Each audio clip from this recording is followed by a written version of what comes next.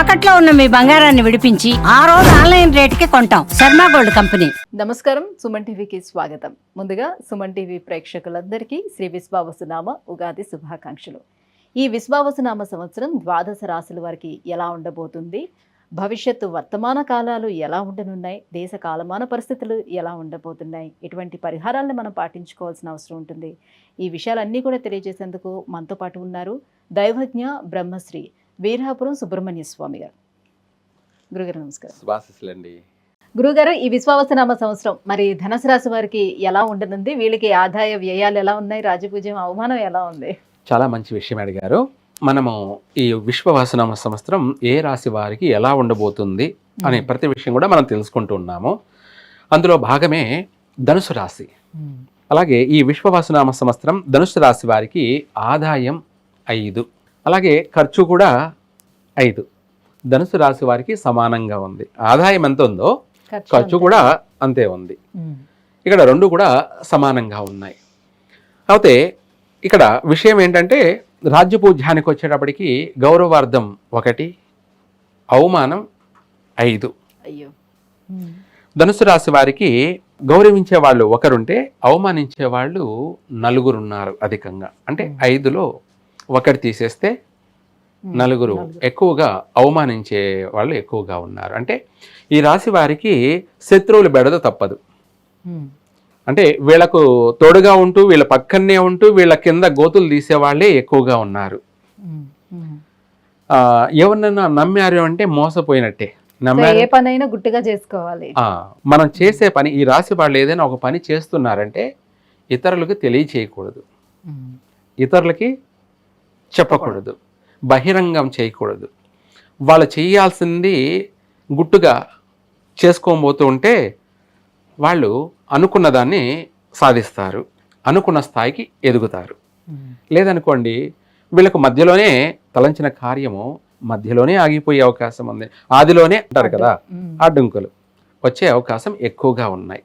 లేదా వాటి వల్ల నష్టపోయే అవకాశం కూడా ఉంది ధనుసు రాశి వారు. అందుకనేసి వీళ్ళు ఇతరులను ఎవరిని నమ్మద్దు. వీళ్ళు చేసే పని మూడో కంటికి తెలియచేయకూడదు. కానీ ఏది చేసినా వీళ్ళు కష్టార్జితం, అంటే స్వయం కృతాపరాధం అన్నట్టుగా, అంటే వీళ్ళు స్వయంగా ఏదైనా చేసుకోవాలి. ఒకరిని నమ్ముకొని ఒకరి మీద బాధ్యతగా వదిలిపెట్టి వీళ్ళు చూసుకోకుండా ఉన్నట్టయితే నష్టపోయే అవకాశమే ఎక్కువగా ఉంది. అయితే ఎవరి మీద డిపెండ్ అవ్వకూడదు, ఓన్గా చేసుకోవాలి. లేదా ఇతరులకు అప్పగించినప్పుడు వీళ్ళు ఒక కన్ను వాళ్ళ మీద ఉంచాలి. అప్పుడే వీళ్ళు జాగ్రత్త పడినట్టు. రాబోయేటువంటి ఆ అవమానాలు, ఆ నిందలు, ఆ ఆర్థిక నష్టాలు, వాటన్నిటి నుంచి కూడా వీళ్ళు తప్పించుకున్నట్టే. 1. తర్వాత ఆర్థిక పరమైనటువంటి విషయాల్లోకి వచ్చేటప్పటికి ఈ సంవత్సరం ధనుసు రాశి వాళ్ళు కూడా గృహయోగం ఉంది.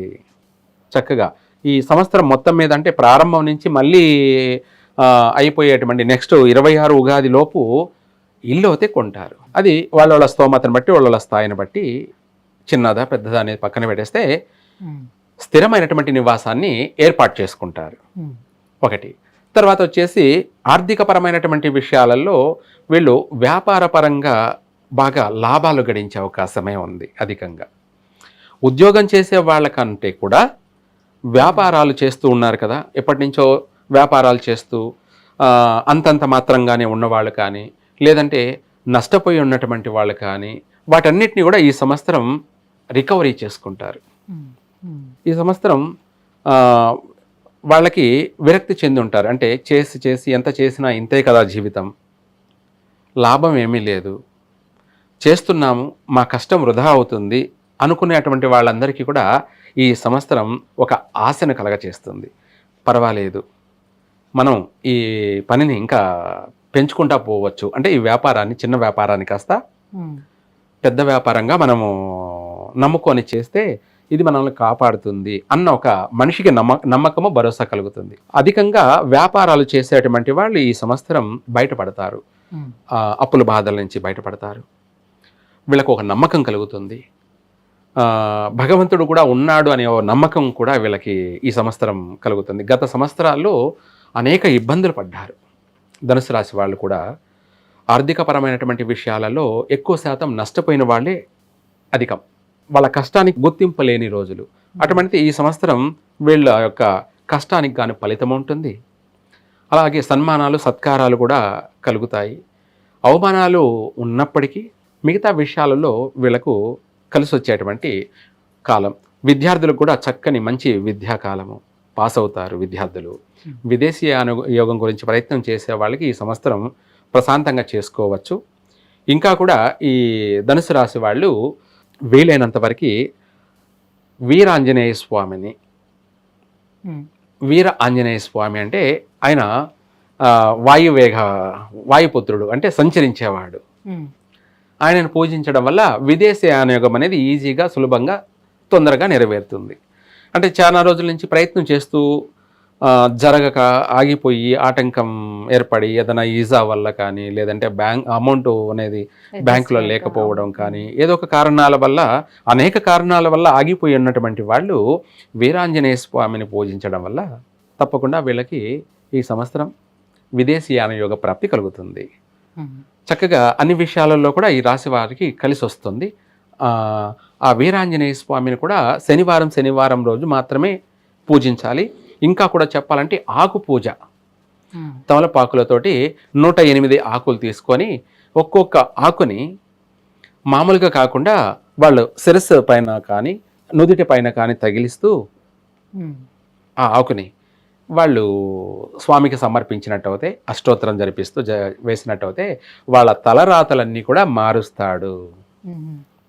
విధి రాత అంటాం కదా, బ్రహ్మ రాసిన రాత ఎవరు మార్చలేరు, అది జరిగి తీరాల్సిందే అంటారు కదా, దాన్ని కూడా మార్చే ప్రయత్నమే ఈ తమలపాకు తీసుకోవడం, తలకి నుదుటికి తగిలించడం, ఆయన పాదాల దగ్గర పెట్టడం. అంటే నా తలరాత, నా జీవితాన్ని నీ చేతల్లో నీ పాదాల చెంత పెడుతున్నాను, నువ్వే నీళ్ళ ముంచిన పాల ముంచిన నీదే బాధ్యత స్వామి అని చెప్పి ఆయనకు తెలియచేయడం. అంటే మన విధి రాతని కూడా మార్చుకోవడానికి ఈ ప్రయత్నం 100% సక్సెస్ అవుతారు. గురుగారు, ధనుసు రాశి వారికి సంవత్సరం అంతా కూడా ఎలా ఉండబోతుంది, అలాగే ఎటువంటి పరిహారాలను పాటించుకోవాలి, ఏ దైవాన్ని ఆరాధన చేసుకుంటే బాగుంటుంది, విషయాలు తెలియజేసినందుకు ధన్యవాదాలండి. సర్వే జన సుఖినో భవంతు.